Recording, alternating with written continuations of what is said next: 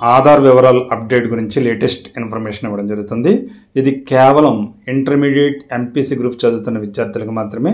అందులో మరీ ముఖ్యంగా ఎవరైతే జేఈఈ మెయిన్స్ అడ్వాన్స్ రాద్దామనుకుంటున్నారో వారికి సంబంధించిన ఇన్ఫర్మేషన్. దయచేసి ఈ విషయాన్ని తప్పనిసరిగా జాగ్రత్తగా వినండి.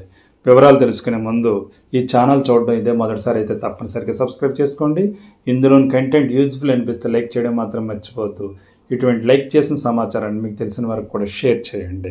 దేశవ్యాప్తంగా ఎన్ఐటీలలో సీట్ల భర్తీకి జేఈఈ అడ్వాన్స్డ్కు అర్హత పొందేందుకు నిర్వహించే జేఈఈ మెయిన్కు అక్టోబర్లో దరఖాస్తుల ప్రక్రియ ప్రారంభమవుతుంది. ప్రతి ఏటా జనవరి, ఏప్రిల్లో 2 సార్లు పరీక్ష నిర్వహిస్తారు. ఈసారి కూడా అదే నెలల్లో పరీక్షలు జరుగుతాయని జాతీయ పరీక్షల సంస్థ ఎన్టీఏ వారు తెలియజేయడం జరిగింది. విద్యార్థులు ఇబ్బందులు పడకుండా ముందస్తుగా ఈ సంస్థ కొన్ని సూచనలు చేయడం కూడా జరిగింది.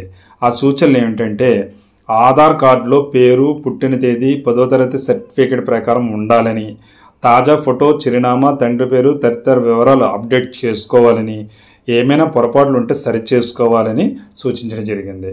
ఈడబ్ల్యూఎస్, ఎస్సీ, ఎస్టీ, ఓబీసీ, దివ్యాంగుల ధ్రువపత్రాలను కూడా సిద్ధం చేసుకోవాలని చెప్పడం జరిగింది.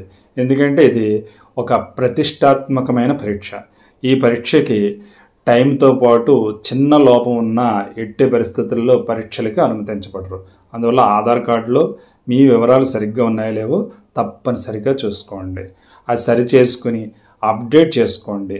అలాగే మీ ఫోటోను కూడా అప్డేట్ చేసుకోండి. బయోమెట్రిక్ కూడా అప్డేట్ చేసుకోండి.